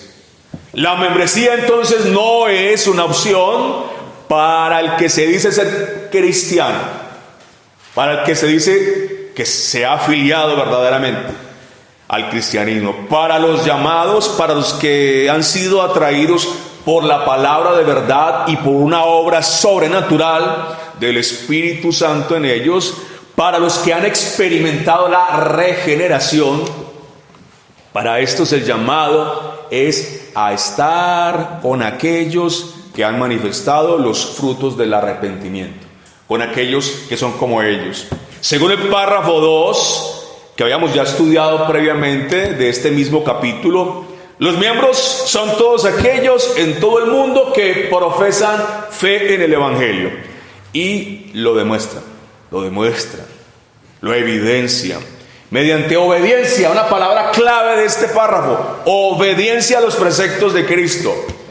Son los que no, ese párrafo decía, son los que no destruyen su propia profesión mediante errores fundamentales o conductas impías, decía ese párrafo. Están pues obligados a ser miembros los que tienen una profesión de fe auténtica, con conocimiento doctrinal y conducta piadosa. Por supuesto, Se da por sentado que aquellos en los que se ha efectuado una obra de gracia, ellos van a querer ser miembros. Esto no va a haber que obligarlos. Está el pastor discipulando a una persona. En esa persona, en el entendimiento, en la obra del Espíritu por la palabra, va a querer y va a desear ser miembro. Va a decir, como el etíope: pastor, ¿y qué hay que hacer para ser bautizado? ¿Qué impide que sea bautizado? Fue lo que expresó exactamente el etíope. Va a querer de su propio corazón, va a querer de su propia voluntad ser miembro, participar de todo lo que este párrafo y todos los párrafos de este capítulo están planteando, porque eso es un deseo que debe surgir naturalmente. Es una obra de gracia, es una obra que surge naturalmente de un corazón regenerado. Así que esa necesidad de ser miembro, ya quiero ser miembro, esa necesidad es una marca distintiva de los que hemos sido abrazados por la fe, por la gracia mediante la fe. Alguien que no tiene este deseo, entonces en lo absoluto puede decirse ha entendido lo que significa ser discípulo de Cristo, porque ser discípulo de Cristo implica sí o sí estar y andar juntos, como lo dice aquí, con aquellos que son de su misma especie, con aquellos que comparten el mismo sentir espiritual. Muy bien. El etíope entonces vio la necesidad de ser enseñado. El etíope estaba allí estudiando, leyendo Isaías, y quiso entender más, quiso comprender qué estaba hablando aquí. Característica, el discípulo quiere ser enseñado, y el lugar indicado para eso es la iglesia. Quiso ser enseñado. De igual forma, todo aquel entonces que tiene un encuentro personal con el Salvador quiere aprender más, porque quiere conocer, comprobar la voluntad del que lo llamó. Ve la necesidad de ser enseñado y encuentra que el escenario indicado para esto entonces es la iglesia local. Entonces, la membresía de la iglesia local es trascendental, es fundamental para el alma regenerada, particularmente en lo que respecta al ser enseñados, el ser adoctrinados, el ser guiados según el conocimiento de la verdad, enseñado en los caminos del Señor. Si la iglesia es el cuerpo de Cristo, ¿cómo puede alguien entonces que no está en el cuerpo decir, soy discípulo? ¿Cómo puede decir que es discípulo de Cristo? Preguntamos. ¿Cómo puede alguien abandonar la membresía del cuerpo de Cristo, de la iglesia local, así como así? Así como así. Y resalte así esa palabrita, así como así. ¿Cómo puede hacerlo? ¿Cómo puede abandonar la membresía y decir que es seguidor de Cristo? Si una persona puede abandonar el cuerpo así nomás sin dársele nada, ¿cómo puede afirmar que ama a Cristo si la iglesia es el cuerpo de Cristo?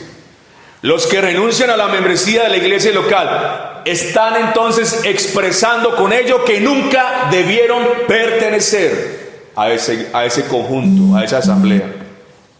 Y en segundo lugar, otra cosa, también está evidenciando un problema con los que aceptaron esa persona como miembro. Eso es de doble faz. Está evidenciando que el tal no debió pertenecer allí, pero está evidenciando que las autoridades encargadas de recibir a esa persona como miembro fallaron en algún punto. Por supuesto, no estamos hablando de causales válidas por las cuales una persona puede salir de la membresía. Hay causales válidas. Por ejemplo, salir hacia otra ciudad. Pero renunciar a esa membresía claramente sin causas justificadas, ¿no? Claramente demuestra fallas en el que aceptó ser miembro como en los que permitieron tal cosa. Este párrafo entonces le da una absoluta importancia a la membresía de la iglesia local. Y como maestros de la palabra debemos recordar estas cosas una y otra vez. ¿Por qué, hermanos? Porque Es una bendición grande pertenecer a una membresía de una iglesia local. Esa es la enseñanza más importante que hoy quiero transmitirles. Que usted, si es miembro de la iglesia local, solo su gracia, considérese un hombre, una mujer bendecido por Dios. Porque Dios ha querido que usted sea discípulo de Cristo mediante la conexión personal, permanente con su cuerpo a través de la iglesia local. Andar juntos entonces en sujeción a Cristo en primer lugar, a los hermanos como derivación de ese sometimiento a Cristo, es una gracia para aquellos que hemos sido llamados a participar de la naturaleza divina. Bueno, por otro lado, la iglesia es el lugar ideal para los redimidos. Es el lugar diseñado por la providencia divina para que los redimidos estén juntos. Por consiguiente, la tarea de aceptar a una persona como miembro debe involucrar entonces un trabajo concienzudo, responsable, para examinar en comunidad las evidencias de la redención obrada en el que aspira a ser miembro. Por supuesto, este trabajo busca evidencias de transformación, no de perfección. La persona que está siendo entonces discipulada, lo más sano es que ella misma solicite la membresía. Y eso descarta entonces presiones inadecuadas de parte de los demás. Uy, ¿qué pasa, fulanito? Firma aquí, toma, te entrego la hojita, llévate para la casa y fírmala rápido. No, eso no se trata de eso. La obra del Espíritu en ese corazón debe llevarlo a tener la necesidad profunda de ser miembro, de ser partícipe de lo que este enunciado está planteando. Aquellos entonces que le han sido dados a Cristo por su Padre caminan delante de Él en todos los caminos de la obediencia que Él prescribe en su palabra.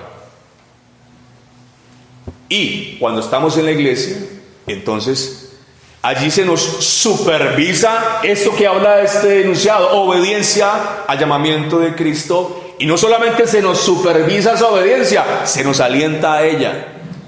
Por eso no podemos estar fuera de ese entorno, porque es el entorno diseñado para que usted y yo crezcamos en obediencia, ¿no?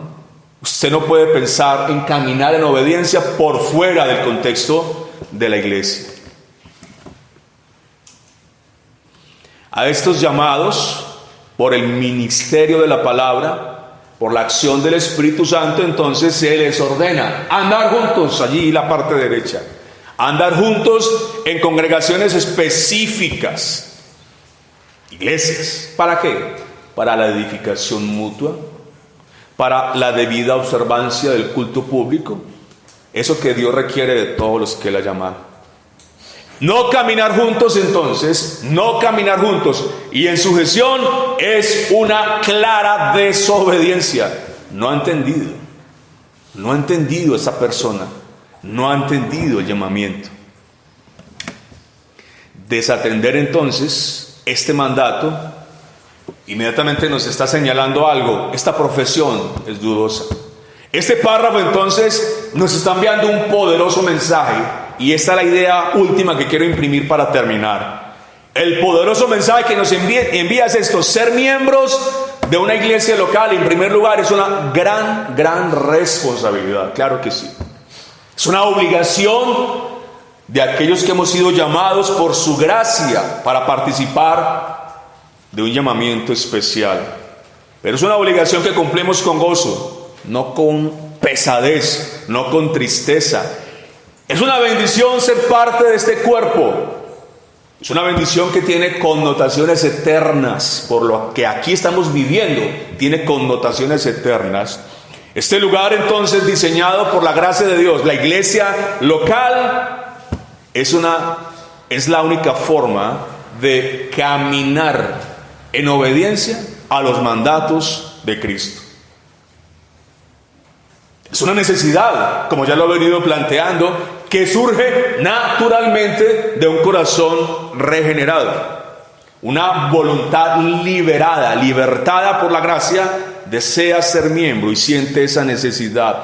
Es la gran oportunidad, además, es la gran oportunidad de ser transformados de gloria en gloria. Es la gran oportunidad de usted y yo morir a nosotros mismos, porque aquí sí que nos toca negarnos a nosotros mismos. Es el escenario inmejorable para ser conformados a la imagen de Cristo. Y algo más glorioso, estar aquí como estamos. Mírese así en su vecino atrás. Mire, aquí está la iglesia local, vea. Esto que estamos aquí ahora viviendo es un anticipo de lo que viviremos en la eternidad. ¿Con quién estará ya usted? ¿Con los demonios? No. Con los santos de Dios, con los escogidos de Dios, salvados de todos los tiempos, con su Rey, con Cristo. Esto es un anticipo glorioso. Entonces, hermanos, hay cosas que solo ocurren, es exclusivo, mire, solo ocurren en este contexto, la iglesia local.